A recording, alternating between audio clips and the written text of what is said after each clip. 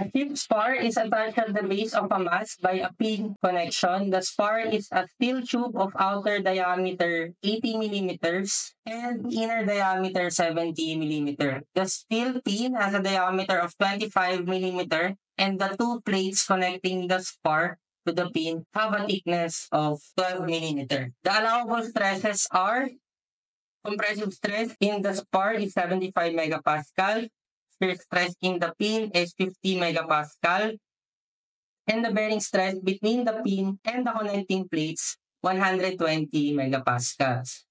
Determine the allowable compressive force in the spar. So ngayon, meron tayong given na tatlong allowable stresses. So ilista natin yan. So meron tayong compressive na 75, shear stress of 50, and we also have bearing stress of 120 megapascals. Unahin muna natin yung compressive stress. So identify natin ano yung area na nasasubject sa compressive stress. Tignan natin maigi yung figure, no, para mas maintindihan nyo.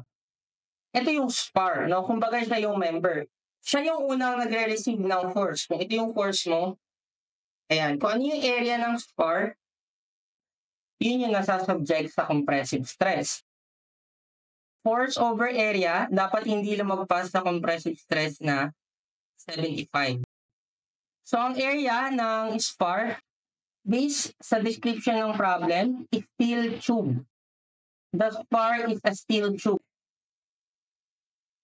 P over A, ang area ng steel tube, pi over 4 outside diameter squared minus inside diameter squared, 70.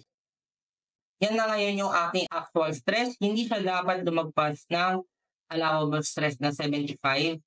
So therefore, ang value ng force P so that the compressive stress will not be exceeded is 88,357.29338 Newton. Next. Ano naman yung nasasubject sa shear stress? So as you can see, ito yung ating spar. Nakakonect siya dito using pin. So pag tinignan natin siya on this view, ito, cut tayo dito. Tignan natin yung itsura sa view na to. So makikita natin dyan na ito yung pin. Tapos ito yung dalawang plate sa gilid. And take note, ang force natin pag ganun. So pag ganun siya, alin dyan yung nade-develop sa shear stress, no? So as you can see, yung orientation ng spar natin, yung force P, parallel siya dun sa area ng pin. So ibig sabihin, ang nasasubject sa shear stress is yung pin. Kumbaga, pag nagkaroon ng failure sa shear, ganito ang itsura. Mapuputol yung pin in this way, no? Ganyan siya mapuputol. So ang area na nasasubject sa shear stress is yung area ng pin. Pero dalawa. Yan yung nagre-receive ng force P. So ngayon, using our inequality that the actual should be less than the allowable, the actual stress, P over A, i-equate lang natin yan dun sa ating shear stress. No? Ang allowable shear stress natin ay 50 megapascal. So ang area, dalawa yung mapupunit. Hindi pwedeng isa lang kasi homogeneous yung pin.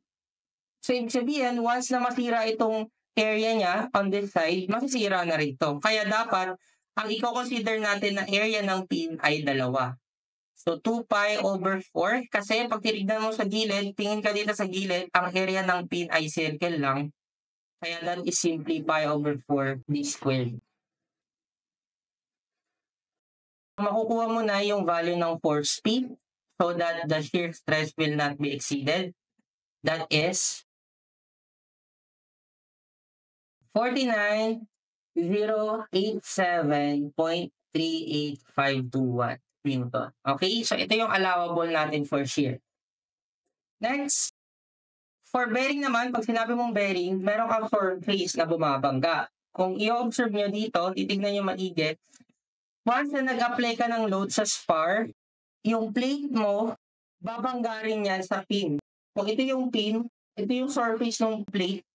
Take note, ito yung plate natin Ito. Yung surface na to ng plate, bumabangga dun sa pin. Okay? So kapag meron kang surface na bumabangga, meron kang bearing stress. So how do we compute for the bearing stress? So to simplify the analysis, ang pag-consider natin ng area sa bearing stress is yung rectangular area na to. Ito yung kino-consider na contact area between the pin and the plate. So anong dimension yan? That is simply the thickness of the plate times the diameter of the pin. Diba? Kasi rectangular area lang yan na ang area is D by T. So therefore, P over A lang ulit tayo dyan. Hindi dapat lalagpas ng allowable bearing stress na 120. So we have P over, ang area natin, rectangle lang, which is diameter of the pin times thickness. And take note, dalawa yung area na bumabangga. So ita-times lang natin ng 2 yung area bago natin equate sa 120. Therefore, ang force P natin based on the bearing stress is 72,000 Newton. So, i-summarize lang natin yan. So, ito yung mga na-compute nating force P based sa allowable stresses. 49 sa shear. Ginawa ko ng kilonewton. Sa bearing, nakalimutan ko kaagad. 72. And then for the compressive, we have 88 kilonewton. So ngayon, para walang stresses na malagpasan, so ang pipiliin natin dito is yung smallest.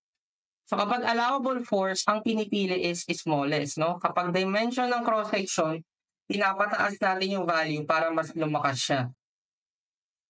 So in this case, the smallest value of P that governs is from the failure of shearing in the pin, and that is 49 kilonewton.